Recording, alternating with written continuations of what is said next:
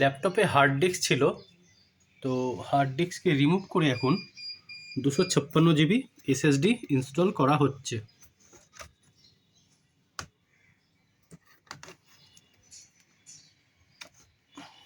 এতে ল্যাপটপের স্পিডটা অনেক বেড়ে যাবে।